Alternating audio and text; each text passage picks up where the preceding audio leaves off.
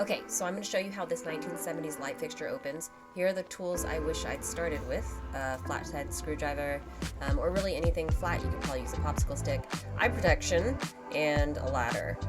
So first is the middle bulb cover part that opens. So use the flat tool to pry open one side. It opens gently if you open one side. And this is the part where I wish I had eye protection. But this is where it opens. Important.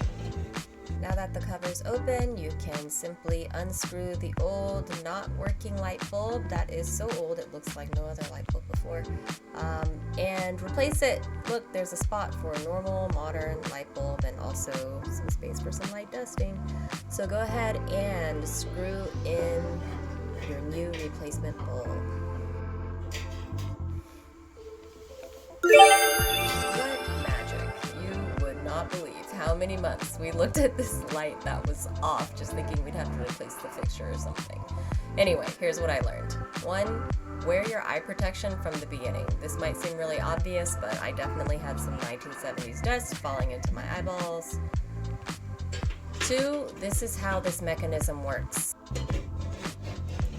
It's tension loaded, so all you have to do is pull it down. Surprisingly, I wasn't able to find a YouTube video on this, so I made one for you. And now, look at this.